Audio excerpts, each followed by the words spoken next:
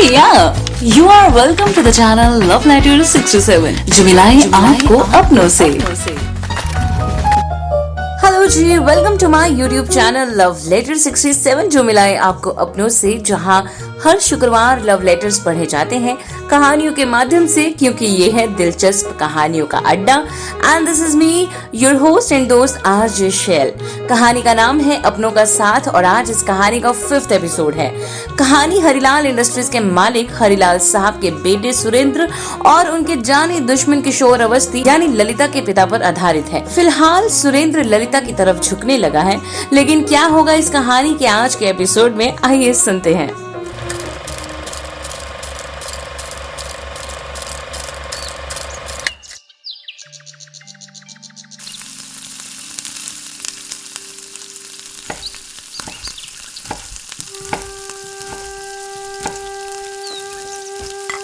अरे ललिता बेटी। जी पिताजी। लगता है नौकरी वाले तुम पर कुछ ज्यादा ही मेहरबान हो गए हैं। नहीं तो, लेकिन आप ऐसा क्यों पूछ रहे हैं? नहीं, इतने दिन हो गए यहाँ आए, वापस नहीं जाना है क्या? अरे पिताजी, इतने महीनों के बाद आई हूँ तो सोचा कि इस बार अच्छी खासी छुट्टियां लेकर आऊं और आपके साथ ढेर सारा समय बिताऊं। वैसे ना परसों वापस जा रही हूँ। ठीक है बेटा। और हरिलाल साहब की भी तबीयत ठीक हो ही गई होगी और वो अमीर बाप का बिगड़ा हुआ बेटा सुरेंद्र, वो भी वापस चला गया होगा। शुक्र है।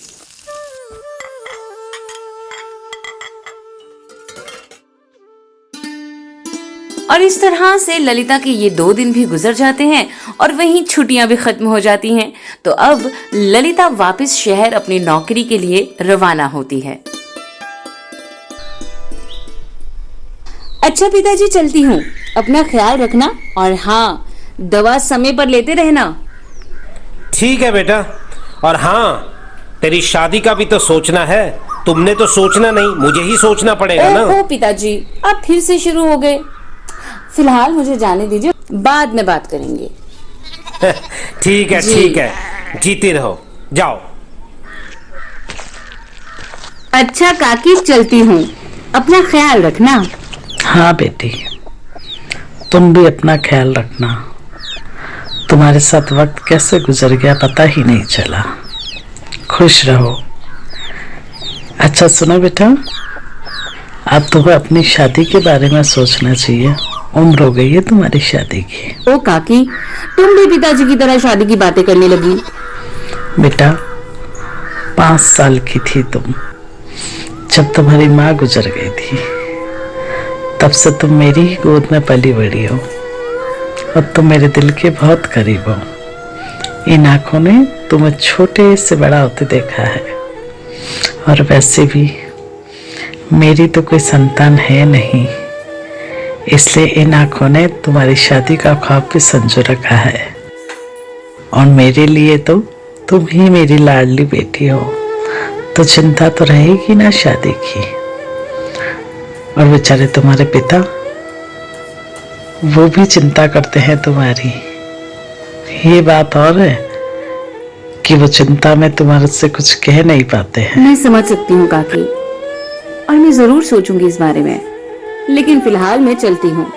अपना ख्याल रखिए। अच्छे से जाना, अपना ख्याल रखना। मैंने जो कहा है उस बारे में जरूर सोचना।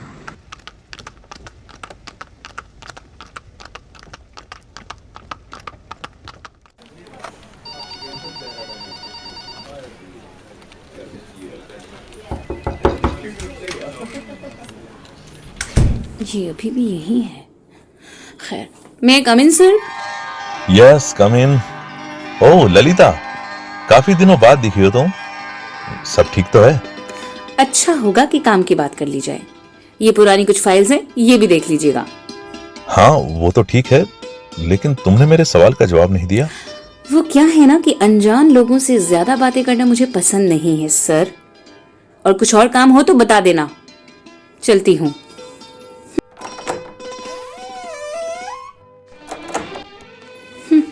बड़ा आया, कहाँ थी क्या थी, जैसे सबसे ज्यादा परवाह इसी को थी मेरे ऑफिस में आने की। अमीर बाप का बिगड़ा हुआ बेटा। अजीब लड़की है, पूरी बात ही नहीं सुनती। पर मुझे क्या हो रहा है? मैं क्यों इस अड़िया लड़की के बारे में इतना सोच रहा हूं? क्यों उसके आने का इंतजार रहता है मुझे? क्यों उसका इस तरह से बात करना मुझे गुस्सा नहीं दिलाता? आखिर ये सब क्या हो रहा है मेरे साथ? सोच सोच कर सरदर्द होने लगा है। चाय पी लेता हूं।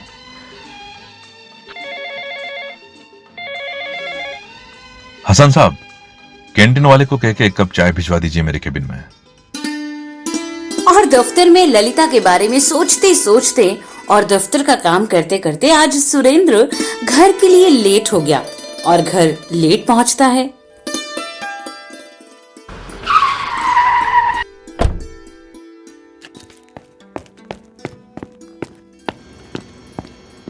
क्या बात है, आज दफ्तर से घर आने में देर कर दी? कुछ नहीं डैड, आज काम कुछ ज्यादा था। अच्छा बेटा, वो अपनी कंपनी में जो लड़की है ना। हाँ, ललिता। अरे तुम्हें तो उसका नाम झट से याद आ गया। वो लड़की बेखौफ सी है। हसन साहब बता रहे थे कि तुम्हारी उससे कुछ बहस भी हुई थी। अरे नहीं डैड, वो तो कुछ गलतफहमी थी बस। अच्छा बेटा, जिस तरह चाय में मीठे की जरूरत होती है ताकि चाय पीने में आनंद आ जाए, उसी तरह जीवन में भी एक हमसफर की, एक साथी की जरूरत होती है ताकि जिंदगी जीने में आसानी हो। कोई हो जो हमारे दुख सुख बांट सके। बेटा, मैं चाहता हूं कि अब मेरे इस घर में बहू आनी चाहिए। इसलिए मैं सोच रहा था कि तुम्हारे लिए तुम्हारी पुरानी दोस्त संजना से तुम्हारे रिश्ते की बात की जाए। अरे नहीं डैड, वो सिर्फ मेरी दोस्त है। क्यों? संजना में क्या बुराई है? या कोई और पसंद आने लगी है? वो एक लड़की मुझे पसंद आने लगी है डैड, पर वो कौन है मैं आपको अभी नहीं बता सकता। ठीक है डैड, मैं अपने कमरे में आराम करने जा रहा हूं। ठीक है बेटा। अच्छा, लंदन कब जा रहे हो वापस? तुम्हारे फिरंगी दोस्त तुम्हें याद कर रहे होंगे। नहीं, अब मैं वापस नहीं जाऊंगा। अब मैं यहीं आपके पास रहूंगा डैड। ठीक है बेटा। सब जानता हूं मैं, तुम किसे पसंद करने लगे हो। आखिर बाप हूं तुम्हारा। वैसे मानना पड़ेगा, अभी तो ललिता घर शादी करके भी नहीं आई और सुरेंद्र में इतना बदलाव। अक्सर प्यार में बदलाव आना लाजमी है, लेकिन क्या ललिता सुरेंद्र को पसंद कर पाएगी, ये जानना अभी बाकी है। वैसे इस कहानी का विलेन गुलशन वो क्या जाल बुन रहा है, आइए जानते हैं। बिरजू, अब तुम्हें कानपुर के मक्कनपुर गांव यानी ललिता के पिता से मिलने जाना होगा। आखिर ललिता के पिता से क्या काम है? किसी भी तरह से ललिता के पिता के कानों में यह बात पड़नी चाहिए कि आखिर उनकी बेटी ललिता किस कंपनी में काम करती है। ओह, अब समझा। क्या बात है गुलशन? याद नहीं? ललिता के पिता और हरी लाल साहब एक दूसरे के जानी दुश्मन है। ठीक है, मैं कल ही जाता हूँ। वैसे मानना पड़ेगा तुम्हें। जानता नहीं, गुलशन नाम है मेरा। इतनी आसानी से हार नहीं मानता।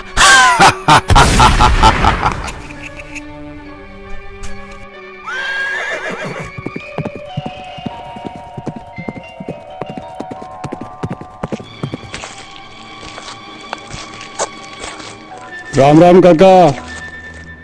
राम राम बेटा। आप ललिता के पिता है ना? जी, लेकिन माफ कीजिएगा, मैंने आपको पहचाना नहीं। अरे नहीं काका, मैं यहाँ से गुजर रहा था तो पता चली कि इस गांव की ललिता पहली बेटी है जो शहर में नौकरी करने के लिए निकली है। हाँ, बड़ी जिद्दी है, कहती है मैं अपने पैरों पर खड़ा होना चाहती हूँ। सुना है शहर की सबसे बड़ी कंपनी हरिलाल इंडस्ट्रीज में नौकरी करती है ललिता। हरिलाल? हाँ, आप नहीं जानते? उस झूठे मक्कार आदमी के यहाँ। अच्छा काका, मैं चलता हूँ, मेरा काम तो हो गया। कल ही शहर जाऊंगा मैं।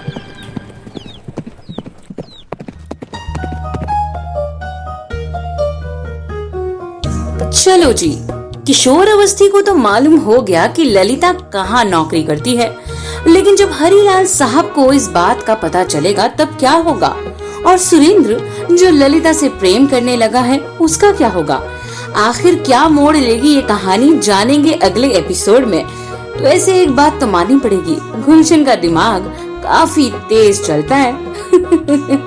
चलिए जी, आज का लव लेटर इतना ही। इस कहानी के बाकी के एपिसोड्स की प्लेलिस्ट लिंक आपको डिस्क्रिप्शन बॉक्स में मिल जाएगी और इसके साथ ही इस चैनल को लाइक, शेयर एंड सब्सक्राइब जरूर कीजिएगा, because this is love letter 67 जो मिलाए आपको अपनों से, जहां हर शुक्रवार रात 9 बजे लव लेटर्स पढ़े जाते हैं कहानियों के माध्यम से, क्योंकि ये है दिलचस्प कहानियों का अड्डा।